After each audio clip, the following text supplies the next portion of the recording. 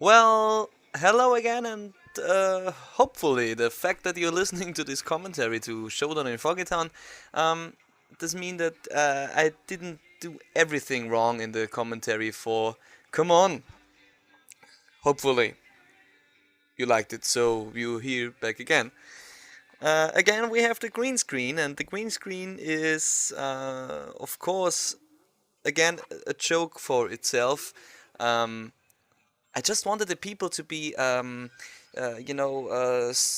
surprised by having the green screen for Come On. And the first seconds, they are going to think, huh? What? Why? What is this? What? Come on? No, I wanted to see the second part. God damn it, the second part, which was highly anticipated by people. I'm very proud. I can say this. Um, Again, I tried to do something completely different and something new in this one, and hopefully achieved it by getting ourselves, our true selves, our pictures, our real images into the movie with this small sort of stop motion animation. Again, done with backdrops. I think today you could have done it with overlay, so you have a real movie instead of this stop motion, just picture stills. But I think it's pretty funny with the stills just moving in small steps. You know, I like it very much. Do I have to explain every joke? No, I don't think so. I don't. This with the Western Standard Time was, of course, a little bit. We have a Wild West and Western Standard Time, which is a time zone and stuff like this. But I just wanted to say it because a lot of people. I didn't. I asked about this. Said to me, "Well, what joke with Western Standard Time? Huh? What? What? I'm not watching a movie to read, you know." Ah. This is one of Mr. Moondog's best performances ever. It's the old timer, the old guy in the beginning. Um, he just nails this. He nails. Yes, lovely. I like this very much. Um, with Showdown in Foggytown, I tried to get a little more writing into this sort of thing because many critics said to Come On, okay, but it's very random and it's just they're running there and there's no real plot, no real connection between the scenes and between the locations and stuff. And so I tried to get, of course, more dialogue, and there's a lot of more dialogue in Showdown in Foggytown, hopefully funny dialogue. And it was quite fun to write it, have these jokes like this one. This is again some sort of hint to Monty Python because they have all the time sort of this misunderstanding stuff. I like this very much. No, sir. Definitely. Definitely. Where's the next town? That will be Foggytown. And so we are sort of Showdown in Foggytown could be taken as a completely lonely movie without the first one and the Left in Town, the last one. So it's just a western. Have fun. Yeah. With the theme music for this movie, I tried to catch this classic Western style music, like the good, the bad, and the ugly. Because I really admire and love Sergio Leone's. No, yeah, his work also, but the musical work of Ennio Morricone. I love this. I don't think I ever heard any song or music by Morricone I don't like.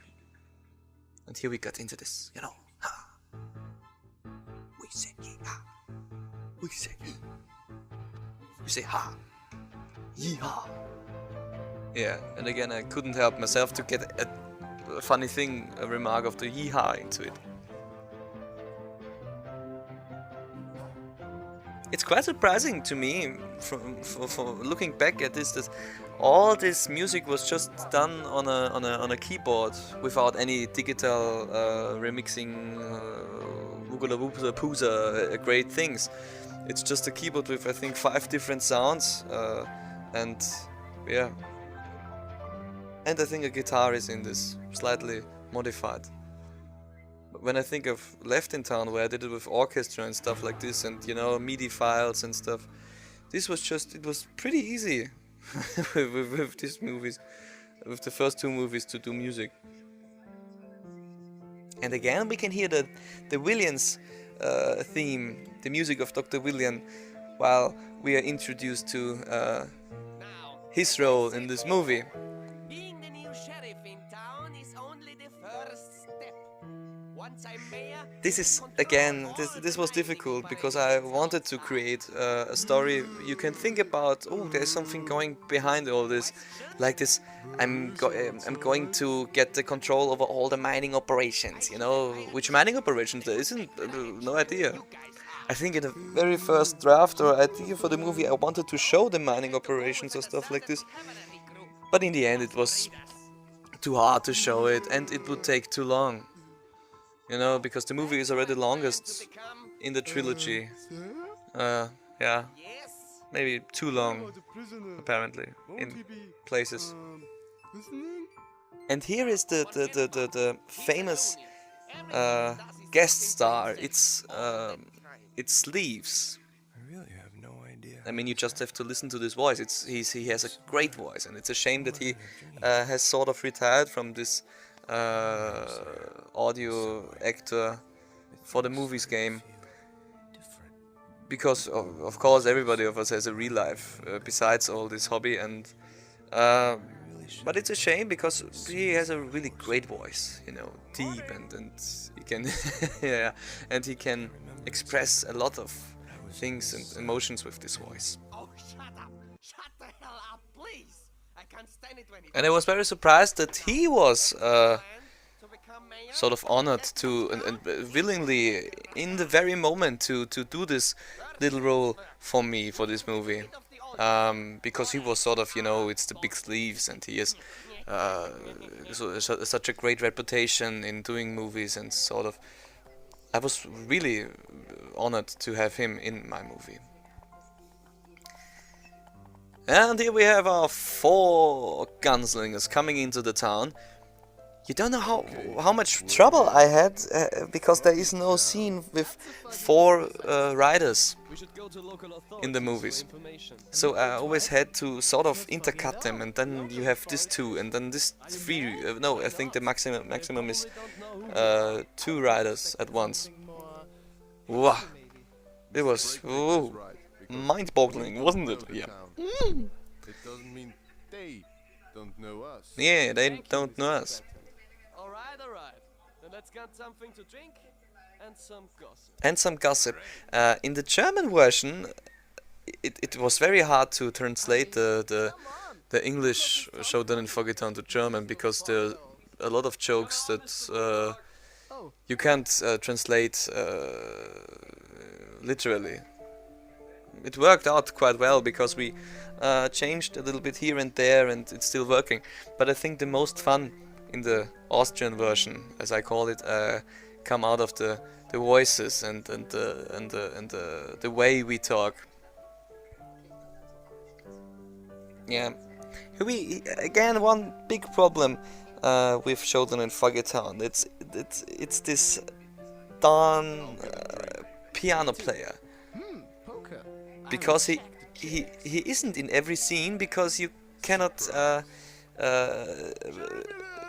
put him in any scene, because there is no ragdoll for him in some scenes. So you're pretty much left alone with this when you have okay, now I have this scene. I mean, with the free camera, it's possible to work around this, but so you don't show the piano player when you can't place him. But yeah, so people said, oh, you made a mistake there, you know, that the piano player is vanishing, and now I'm going to subtract a star for this and sort of, and also for the changing hair of the piano player, which was again a joke I did, but and now here you got it. This joke didn't work very well. It's, And then I said, I mean, in the end, I don't think it's a very good joke after all. You know, it's pretty much changing hair. Yeah, okay, come on. Oh, sorry. I sort of wanted to explain myself with the insert that came later. That came later with the, you know, vanishing piano players are very common in the Wild West. Yeah, pretty lame excuse, isn't it? Yeah, but whew. Oh god! Now we're coming to a classic saloon fight scene, which is, I think, pretty good. I love it.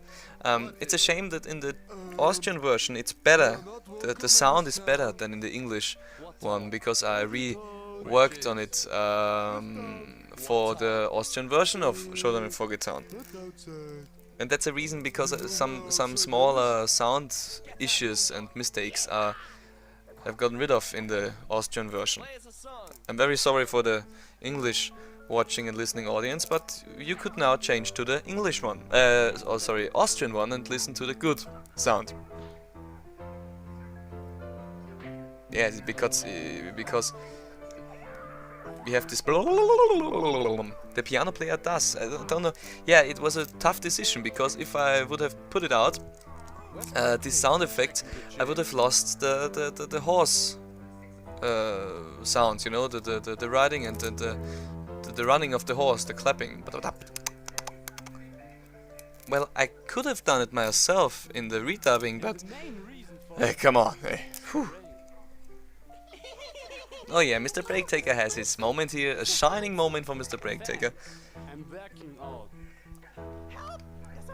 He's working out, by the way, if you didn't catch it. Really?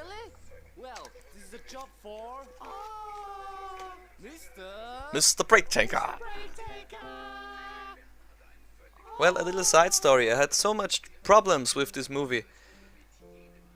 Exporting and getting ready for the release, because I had a sound issue, and the online version that was on the movies online, which became number 2, by the way, had terrible sound issues. I think around this time in the movie, the sound shifted and continued to shifting.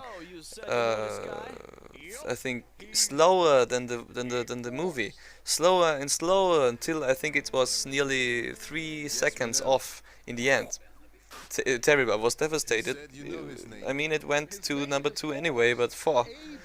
I was really depressed at this time.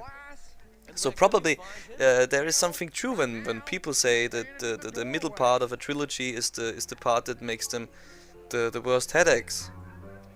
You know, I think Peter Jackson said, oh, you know, not me, Peter Jackson said it, and George Lucas said it, and sort of, and it was too difficult there, and they had problems here, and maybe it is a curse in trilogies that the middle parts will make you dizzy and stuff. Oh yeah, now we come to the horse. It's a bit long, but it's intended. Yeah, no, really, it's intended. It's. yes, we know what you are, since you ripped us off the 50 grand. I think this is the only time, or maybe the second time, that the horse says "I'm a horse," because I really wanted to get off of this joke "I'm a horse," because people always saying, "Yeah, you're the I'm a horse guy, and you will be always the I'm a horse guy." I think in Left in Town he doesn't even say it once, "I'm a horse." Well, I'm pretty sure he doesn't say it. Tequila. Not like this. Everybody loves somebody sometime. Yeah, that's a little bit strange, but I think it's funny. I hope so. With no money, we could do this The old-fashioned way, blow the horse away. No, wait, I've got... Yeah. Now we're coming to the conclusion scene, to the final part, as you could say. It's the duel and the showdown in Foggytown. with Dr. Victor Ilian, the sheriff, coming for the duel and having his pocket watch with the melody, which is an homage to a few dollars more by Sergio Leone with There Is a Pocket Watch too, and it plays a melody, and when the melody stops, they draw and shoot. Of course, we never come to this, but you know this. We never come to the end of the tune of the pocket watch. You know, classic villain death has to be. In the prequel to Showdown of Foggytown called Episode 1, The Fandom Rat Race. Yeah, it's again, you know, maybe that's a little bit cheap, you know, making fun of Episode 1, Star Wars and stuff. Sadly, the script was lost in the Great Chicken Incident of September 65. Yeah, I still wonder what the Great Chicken Incident was. 65. I have still no idea. Again, like we did in the first movie with the 3 cutaways to black. Maybe you know this when you've seen and listened to the commentary. Again, here we go with the third time and the last time to get to this off-screen and explaining things, very importantly. And I'm going. We were going to cut away from this very clever, you know, with having Mr. Moondog saying. But it's my only voiceover. Yeah, shut up, stop it, it's terrible. That's again, I think, yeah, it's some sort of stolen from Monty Python. Here we have this extremely long scene, which, of course, is intended to be so long. The only problem was that I, in the final cutting process, have forgotten a whole scene, a whole how do you say, running through of this scene. I just forgot to delete it. Completely. I just forgot it. And I'm very sorry for this. And it made the movie, I think, 1 or 2 minutes longer than intended. Normally it would have been when the last time he throws away the cigarette. Suddenly we see him back again with the cigarette in his mouth and sort of this. And it's a little sad that this happened. But maybe I rushed it a little bit too much in the end, but I had a little bit of pressure and sort of, but I think it turned out watchable. 20 minutes, yeah, pretty much long, but you know. What are you doing? Well, buying a car. Yeah, he's buying a car. Why does he buy a car and why does he have a handy a mobile phone? No idea. But it's going to be a classic villain death again.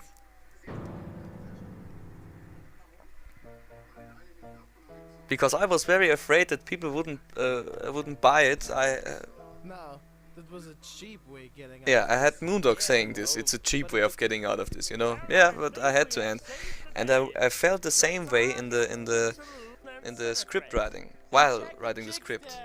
It was sort of, I don't know, I can't remember quite, but I think I was sort of stuck, and I said, yeah, now we have this. How can I end this pretty fast? And here you go. It's an end. Well, not me. Yeah, we're coming. You know, this is Queen and Bumber. She's coming right now, Queen and Bumber, and you have to watch the making of to learn who Queen and Bumber is. And I think somebody may know who Queen and Bumber is. You can see in the making of. He'll probably. Yeah, again we get to the music, to the coming on music, which made it through all the 3 movies when we sort of made our roundabout, you know, a round table and saying this was it, now let's get off and do something new and run away from the movie, which is also in all of the 3 movies. In the background we can hear the horse theme. Again, this one is directly taken from the sound, from the music of Flanagan's Fog. Of course, a little bit mixed with new music, but this with the drums, and this is the thing you can hear on our album of the song "What Do I Know," which is a very nice song, by the way. I think so. Well, that makes the commentary for Showdown in Foggytown come to an end, I think. it was a great movie for me to do and to realize, and I had very much fun writing it, even with the small problems I had in shooting it and sort of, but it was quite fun, and I think it's okay. You can watch it alone without the first and the last one. Yeah, and here's a nod to Dulci. Stars may go to. Yes, I hope a lot of you gave her 5 stars back in the days. Yeah. Funny stuff, isn't it? Well, if you're eager to know how it ends, you can just go on to Left in Town, and you can even to listen to my commentary. If you still want to listen to the commentary. I would have to think twice if I want to.